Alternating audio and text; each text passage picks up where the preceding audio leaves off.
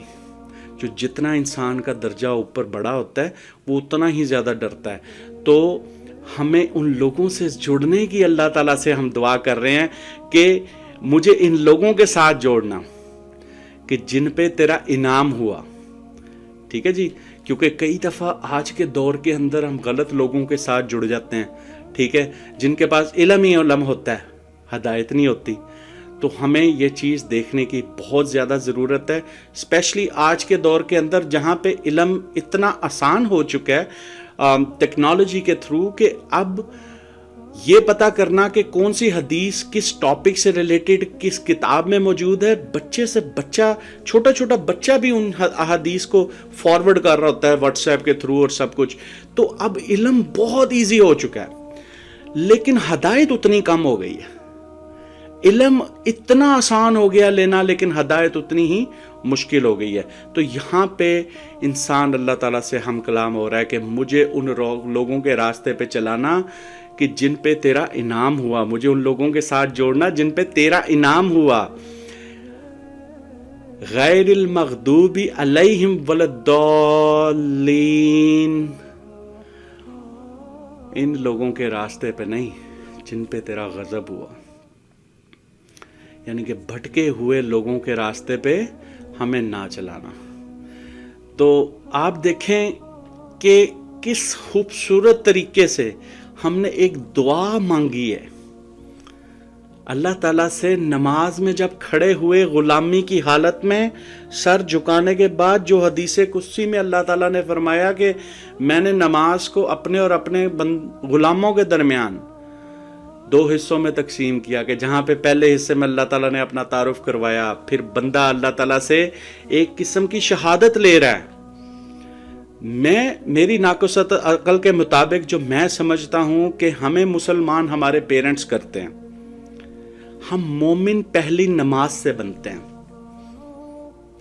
پہلی نماز ہم نے سمجھ کے پڑھ لی نا کہ ہم سے اللہ کیا ہم کلامی کر رہے ہیں اور ہم اللہ سے کیا ہم کلامی کر رہے ہیں، تو آپ مومن بن چکے، آپ کو سمجھ آ گئی. تو میرے بھائیوں اور بہنوں،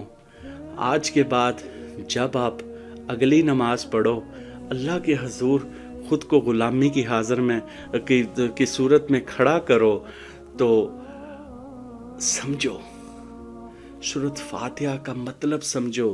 اللہ اپنا انٹروڈکشن کس طرح کروا رہے ہیں، ہم اللہ سے کیا وعدہ کر رہے ہیں، ہم اللہ سے کیا دعا کر رہے ہیں. ٹھیک ہے جی. تو آج کے بعد آپ ہر نماز میں اس قلب سے دعا مانگو، سورۃ فاتحہ کو سکون سے پڑھو، فیل کرو نماز کو.